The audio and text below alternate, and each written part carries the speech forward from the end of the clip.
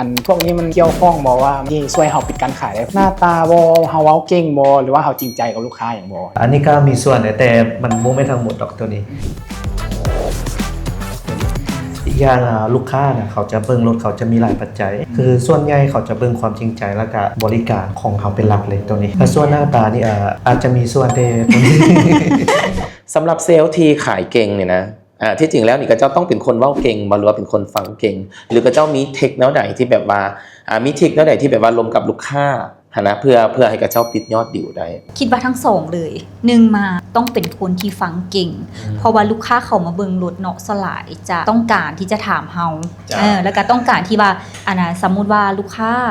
ต้องการผ่อนรถว่าซั่นๆแต่ว่าเอกสารข่อยจะเป็นประมาณนี้ข่อยเฮ็ดธุรกิจนี่เฮาต้องฟังลูกค้าแล้วก็ตอบคำถามที่ว่าตรงกันกับลูกค้าต้องการก็คือต้องให้คำปรึกษากับลูกค้าที่ลูกค้าอย่างฮู้ว่าสิซะ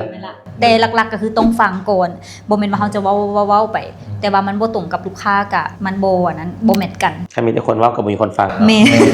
ฉะนั้นเฮาต้องเป็นคนฟังลูกค้าสิล้มหยังเฮาต้องฟังก่อนสำหรับเราก็คือแบบการฟังนี่ก็คือแบบฟังให้เป็นหลายกลัวตัวนี้นะแล้วก็เว้าก็คือเว้าให้ถึงตัวนี้เว้าให้ถึงจุดเลยว่าเว้าให้เคลียร์ทุกอย่างเลยว่าลูกค้าเขาต้องการแบบใดเขาบ่เข้าใจอย่างตัวนี้นะแล้วเขาอยากให้เขาช่วยอย่างใดตัวนี้แต่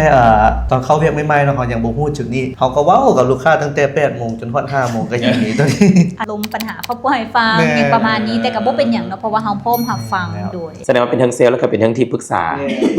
คนอื่นนี่ซื้อรถไปแล้วแบบโอ้มาเว้าสู่ฟังว่าโอ้มันเป็นเดี๋ยวนี้มันดีได้จังซั่นจังซี่มันบ่เว้าขอนไปทางที่ดีว่าซั่นซะเนาะอย่าให้ข่อยได้ฮู้เด้อ